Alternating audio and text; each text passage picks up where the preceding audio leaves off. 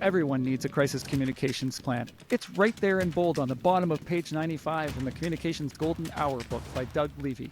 He goes on to say on that page, while you cannot write a plan for every contingency, you should consider the most probable ones. Fire departments pre-plan and train for target hazards, buildings, or other places where fire or emergency could have a major impact. Police departments train for active shooters, terrorism, and other critical incidents. Health departments prepare for outbreaks and weather emergencies. Schools practice for evacuations and other emergencies. Whether functioning as a public information officer or in ancillary roles, communicators who respond to emergency must know what they are expected to do and how to do it. Every person who might serve as an emergency communicator should be given a chance to experience their role in training drills that simulate emergencies and the kind of duties PIOs must be ready to perform. I'm your host, Tim Conrad. Welcome to the Wildfires, Floods, and Chaos Communications podcast with the first of 3 episodes with my guest, author Doug Levy. And if you're listening to us, it's the first one we've got available in video on YouTube. Well, hello, Doug. It's great to have you joining me here, and I'm going to jump right in and talk about your books right off the go. So you put out the Communications Golden Hour book. This is the first edition here. We'll show the size of it because I think there's an important thing to show off here. And you did an update. So this one came out in 2018, and then you did an update last year, and this one came out. And now we'll turn it sideways so people can see the difference. Got a little here. bigger. So, got a little bigger, load it with more content, and obviously you've been busy. I've been staying in touch with you, and you're working on some unabridged versions as well. So I'm curious, first off, what got you into writing on this topic, and we'll go from there. Well, for about 10 years, I led communications at 2 different universities, one in San Francisco, and then I moved to New York. And particularly in New York, there was a crisis of some sort almost every week, including some really big ones. And I was part of the emergency management team for the university, did a lot of coordination, cross-training, and so on with the police and fire departments and literally every potential response agency. And those trainings, of course, came in handy because when real things happened, you know as well as anybody how important it is to already know who the other people are and to have a plan in place. When I stepped back from that position, several of my colleagues said, you really should write a book. Because even people who didn't like me said, if there's an emergency, we want Doug in the room. For whatever reason, maybe it was because I was a firefighter years ago. When things are going crazy, that's when I kind of just know what to do, at least as a communicator. Yeah. So I tried very hard to kind of bottle that up and put it into some practical terms, mostly so that other people don't have to make the mistakes that I made as I was learning. Mm-hmm. Yeah. And thanks for doing that. I mean, we've been colleagues and back and forth for many years, chatting, and I've really appreciated your insights. I was in touch with you before you came out with the first version, and you've done some great work. This book, I can tell you, goes with me to every disaster I go to, and it's there with me. It's getting kind of beat up now. It's been through a little bit of a war. You've done some great work in compiling information, and I'm thankful. I also want to say thank you for including me in the latest version. So you'll find me as a guest contributor on the which I really appreciate, because you have been in some situations that are unlike the ones that most of us ever could confront. Yet many of the things that you've had to prove are absolutely applicable in other settings. Yeah, absolutely. It's you can certainly take a lot of things from large emergencies and disasters and apply them to other things that you experience in crisis. So as you're working on these unabridged versions, tell us what an unabridged version is, and a little bit more about what you're going to be, what people will be seeing in those unabridged So versions the when they come out. unabridged version is the one you're holding in your hand that's 400 plus pages. The abridged versions are going to be much more like the other one. I've heard loud and clear that nobody wants to put the 400-page book in their go bag. I certainly don't. So I'm trying to parse it by sector. So it'll be much more like the first book. I'm happy to say that the content in the first book is still valid. What's changed is the case studies, and to some extent the scale of the emergencies. We're also starting to see some changes to some of the tools that we use, as well as some of the media consumption habits. There needs to be some direct information on those things. So, for example, if anybody purchased the book this year since June, the chapter on AI is entirely different from what I included about AI in the book that you have in your hand. Mm-hmm. But what I wrote 6 months ago about AI, it's already outdated. So I'm probably going to do a small book specifically about AI for strategic communications, because that's incredibly important now. I'm almost finished with the public safety abridged version, which is going to be, it's all the same tactics, but it's going to be more specific to if you're a police chief, if you're a police PIO, if you're a fire department PIO, here are the things you need to do every time. And that's really the premise of the Communications Golden Hour method. There's certain things.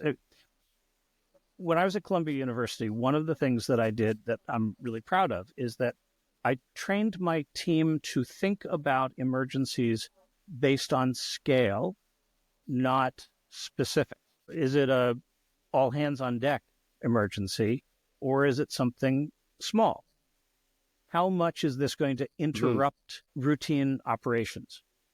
And by approaching an emergency response based on the scale of the emergency, not the nature of the emergency, you can call in the appropriate staff and then use the skills that you need to adapt to the specific circumstances. But there's some things that are going to happen no matter what the situation is. Somebody's got to have the social media passwords. Somebody has to know how to craft the messages. Somebody has to know what the approval process is, and so on. Those are all things that can be done ahead of time and makes a world of difference. Yeah, absolutely. Those things are all things that I've been talking to a lot of people about over the last year, based upon my experiences in last summer's disasters here in British Columbia.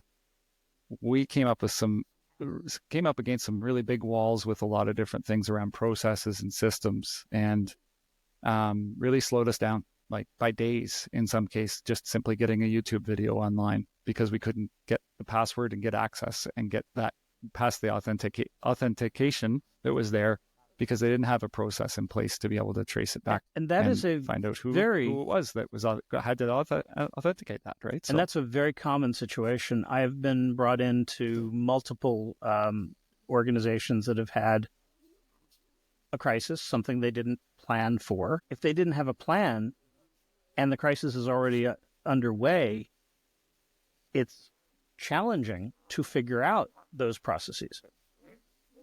And it's a lot riskier. It's less likely to succeed. I'm happy to say that the last couple that I've been brought into, we were able to do it, but they always happen on Fridays. And I'm actually vividly remembering two Friday phone calls this spring from different organizations. Both had CEOs that were kind of freaking out because they had something potentially bad happening and were not prepared for the communications piece. And in both situations, the legal stuff was fine. They absolutely knew what to do. The problem is that lawyers are thinking about winning in court, and sometimes winning in court does not mean keeping your customers, your constituents, the people you answer to, happy. So, we were scrambling to figure out, okay, Who's in charge of the social media? Are there ads running for the organization? Do you have PSAs scheduled? Are there any events coming up where people might show up? This is the stuff that we have to be able to jump in and address very rapidly. That's for an organizational emergency or a corporate emergency. But it's the same thing if it's a huge fire or violent crime, God forbid, or any of the things that could happen. You've got to have the basics locked down and planned so that nobody is questioning what to do or who's going to do it. Several courses are being developed, and I'm happy to let you know that the first course will be on CanadianTraining.ca really soon. Job interviews, public speaking, messaging, and speaking to media. How to speak more confidently to groups of people in many settings will be our first course. It will teach you skills useful for many settings which require you to speak, where your nerves may be winning the battle right now. Launching soon. Sign up for updates and early access at www.canadiantraining.ca to learn how to speak more confidently to groups of people. Subscribers will also get free checklists, guides, and more. CanadianTraining.ca. Learn from our mistakes. Someone should. And, to go back to the title of your book, it's The Communications Golden Hour. And probably a little bit of a play upon a golden hour that used to be used in the fire service, Exactly. which in the fire service, when you're doing an extrication, so that's when you're using jaws of life to get somebody out of a vehicle, there's a thing called the golden hour. And the idea is there's 20 minutes for police, 20 minutes for ambulance, and 20 minutes for fire. And you should have that patient out and off to the hospital. So when it comes to communications, though, getting a really strong start is really important, and it sets the stage, it sets the foundation, in my experience, as to how the rest of the crisis will go for you. That first hour is big. It's a very, very big one. And in fact, so good for you to target in on that. I drew on my experience training as a firefighter and EMT. I had the fortune of being trained in Maryland, where the golden hour for emergency medical response was developed, literally. So all of our training was about having the right resources responding so that whatever the situation, we could get those patients to the trauma center within that 60 minutes.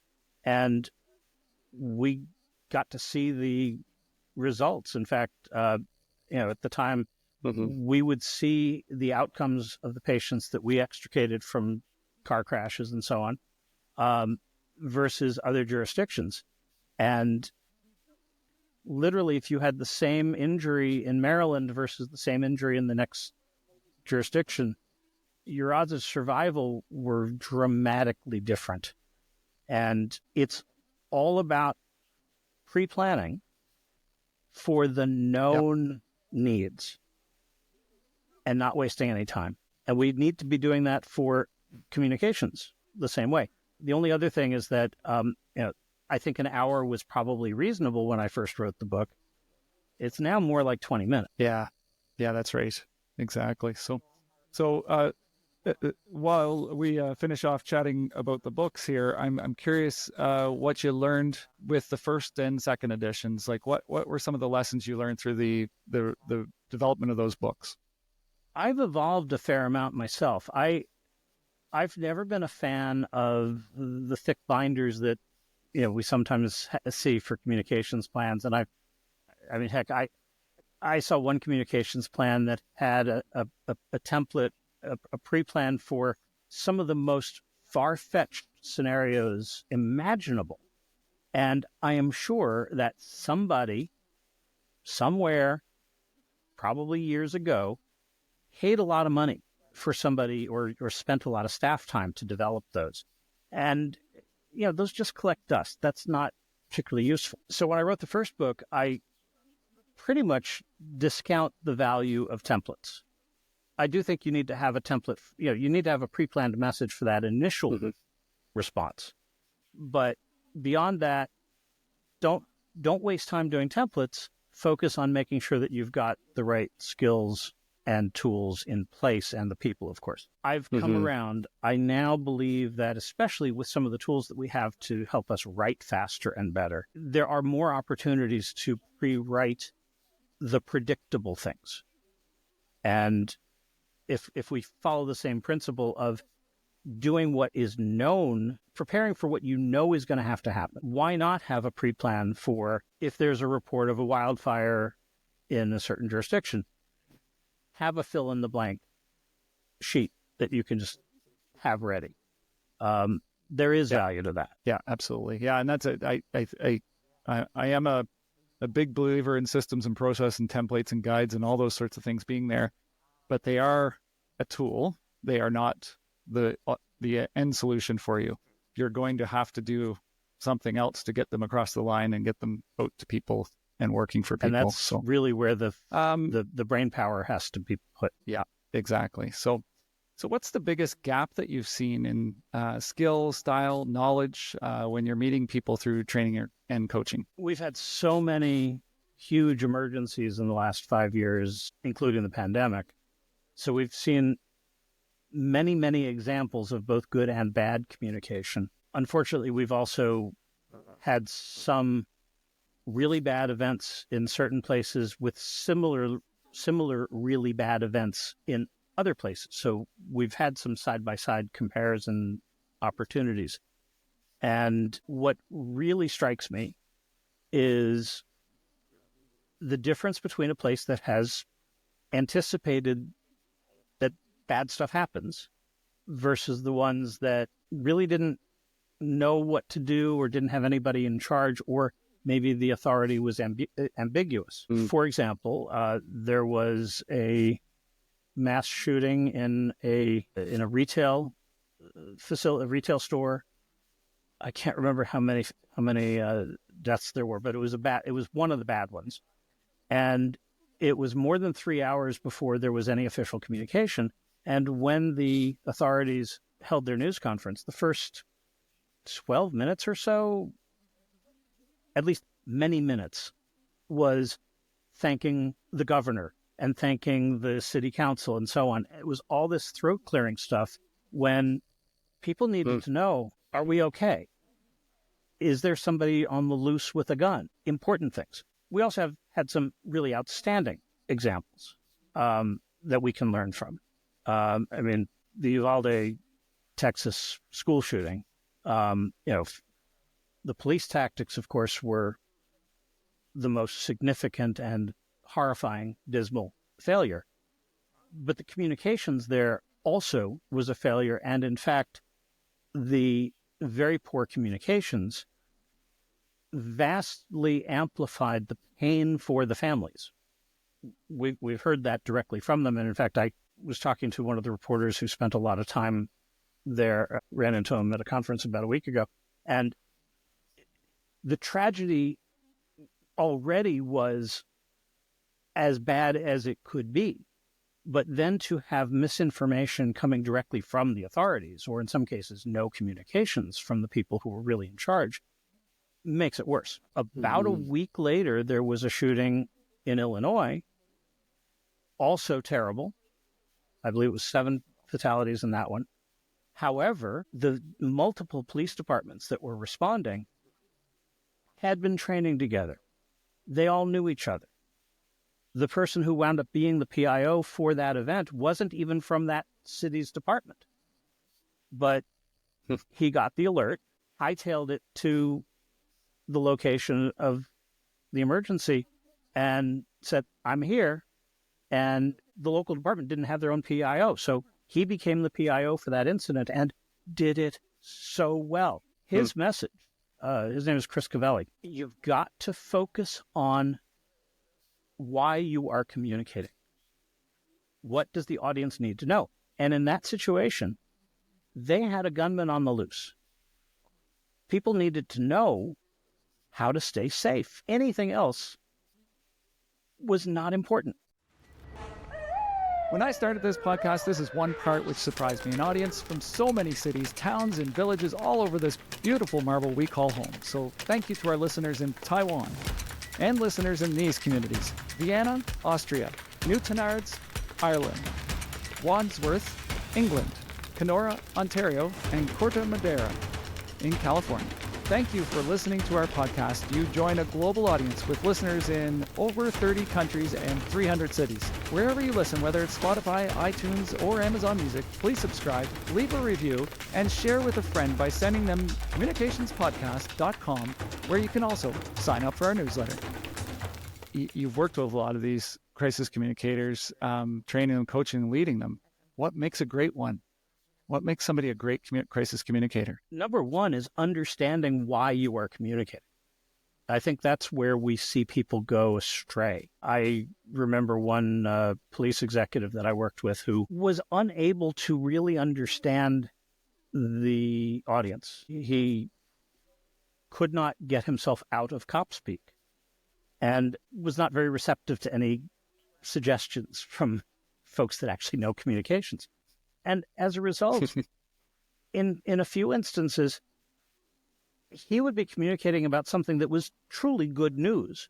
But because he was using jargon that the community didn't understand, or he wasn't framing it in a way that was relevant to the community, it would either just pass over everybody's heads, or I remember there was one case where the community actually thought he was communicating something bad. And it was a shame because his team should have gotten, cheered for some really good work they did, but it wasn't communicated well. And you have to know your audience. There's no way to get through to people if you have no understanding of what their frame of reference is. And that's a skill that it requires some humility. And it also requires listening to people. And communications is not a one-way activity. It has to be two ways. And an effective communicator really understands that. Yeah. I even, I'll throw in one thing that I've learned over the years is even how you dress is a really important factor. Absolutely. And so I'll give you an example. I worked with a person who came in and they come from a background in broadcasting, and they showed up and they were, dressed very, very nicely. And we were dealing with a disaster that was really ugly and nasty. And nobody was clean. Let's just put it that way. And nor were they dressed up in nice, clean clothes and nice clothes, because a lot of them had lost their clothes. And it was interesting going into the community and hearing how the community saw that person. And they actually brought them up in conversation and said that they did not trust that person because they were clearly out of touch with the community they were talking to. And that happened quite a few times with me and my team that were working on that one. And it was just, I was really taken aback by how strong people felt about that. And that's not something I'd ever, we've always felt that exists, that you have to kind of match your audience in how you look.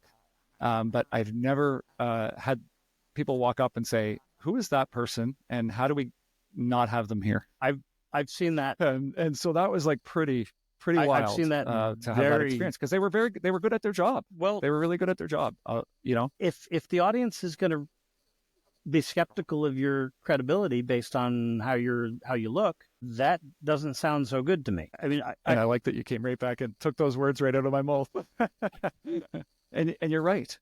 I recall one when I was in New York. The New York City has 77 police precincts. It's a big city. There's 35,000 police officers across the 5 boroughs. And the precinct commanders change every couple of years. It's a normal thing. And it often happens without much notice. And I remember one time when a new precinct commander was coming into my local precinct. I was, I was a member of the community, had no official role. And I remember him walking into a community meeting to be introduced for the first time. And he was wearing his Class A dress uniform. This was a neighborhood that was mostly not real well off. A lot of people working 2 or 3 jobs, barely getting by, a lot of first-generation immigrants. And even the people that had good jobs were like school teachers and stuff. you know, nobody dresses up like that for a community meeting. It was a power play. He was not trying to relate to the audience. He wasn't trying to connect to the audience. He was trying to be in charge, essentially.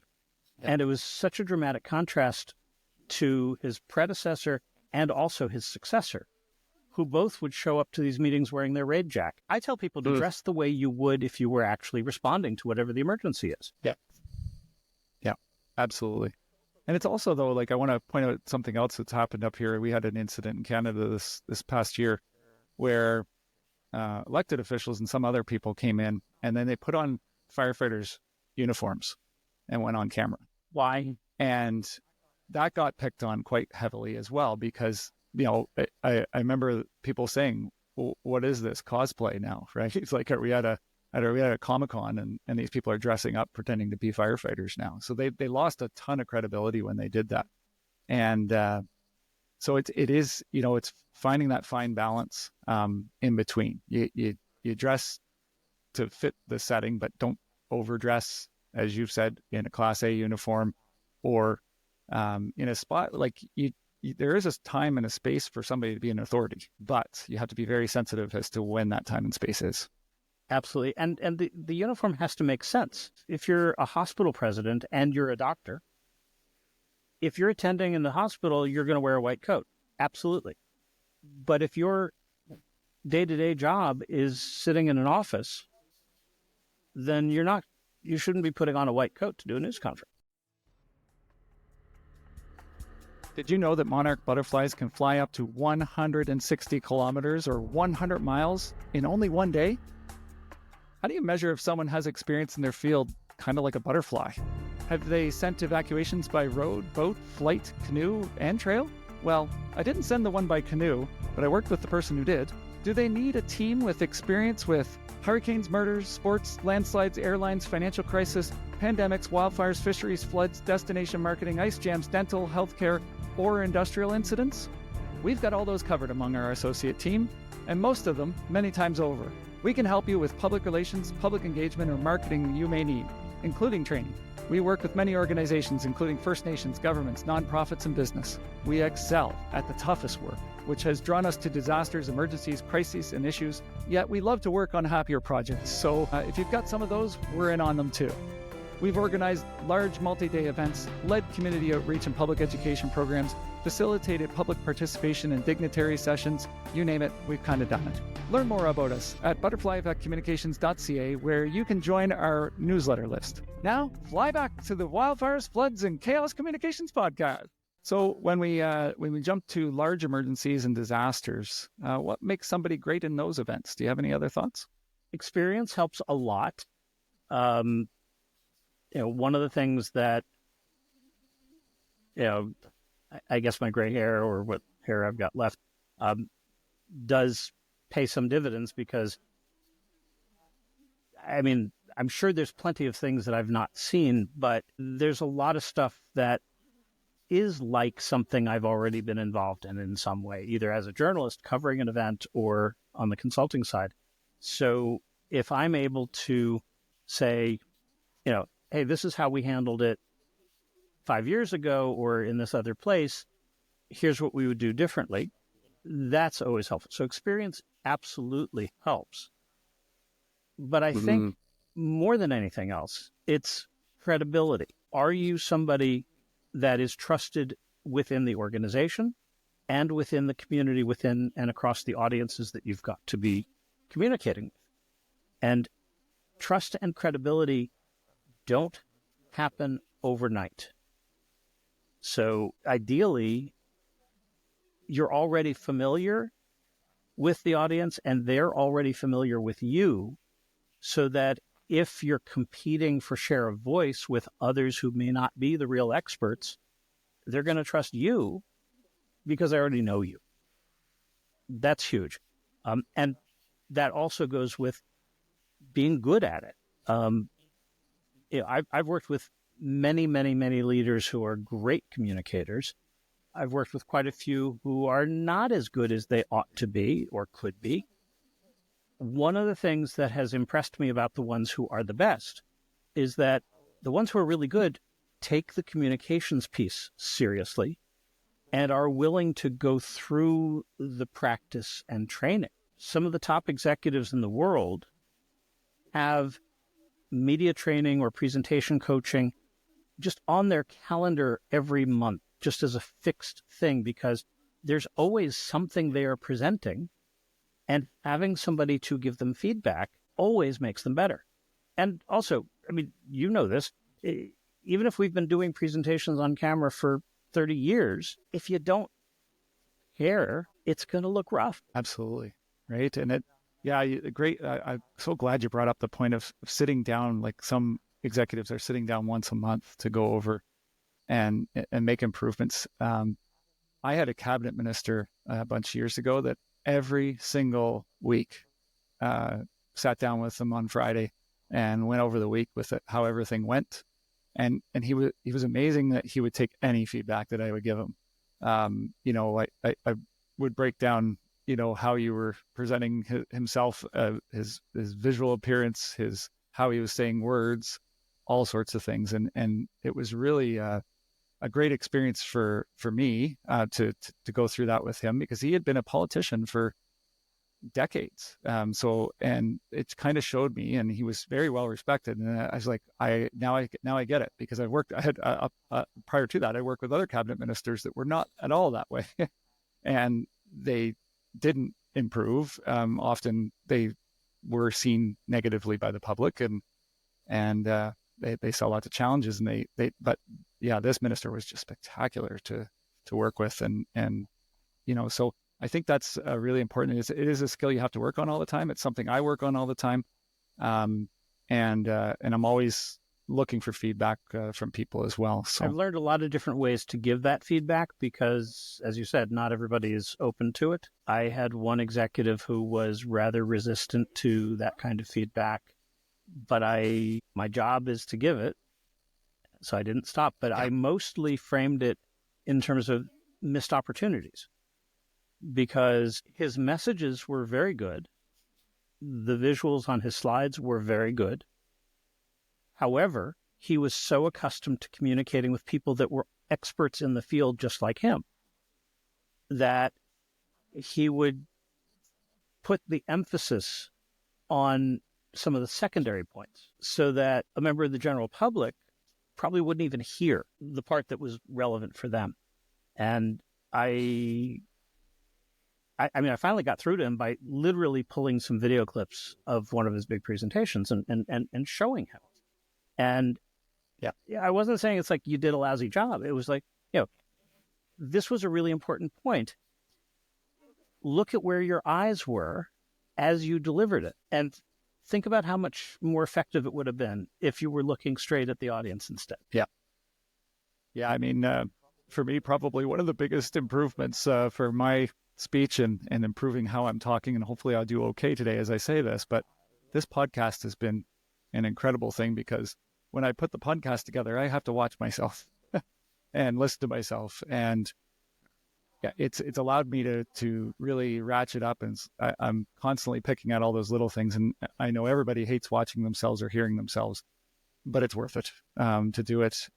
Obviously you don't have to do it every single thing that you do, but there's definitely opportunities for improvement, and you can always just watch a couple minutes here and there and get quite that was something I was taught when I was a rookie radio reporter. At the end of every week, I would listen back to everything that I did and hopefully do better the next week. Thank you for listening and taking the time to learn from our guests. Join us for 2 more episodes with Doug Levy. Do you have suggestions for a guest or topic, or maybe some thoughts about one of our episodes? You can write us at communicationspodcast.com, where you can also leave us a review. Thanks to Ed McDonough for a 5-star review on Season 2, Episode 11, Crisis Communications Management with Shauna Bruce. Many thanks to Ed for our first review. Hey Ed, awesome. And anyone up for keeping that review trend going? Let's add another one. Get in there. Wherever you listen, whether it's Spotify, iTunes, or Amazon Music, please subscribe and share with a colleague or friend, such as someone in health communications. Remember, we also have a newsletter that will give you more information, and we put up transcripts, links, and information on our guests on our website. Visit Communications Podcast. If you like this episode, check out Season 1, Episode 3, Crisis Calls, Navigating Remote EOCs with Lila Dowd. Thank you for joining us on the Wildfires, Floods, and Chaos Communications podcast, a production of Butterfly Effect Communications. We are masters of doom and gloom communications, bringing calm to chaos. Goodbye. Hear me later.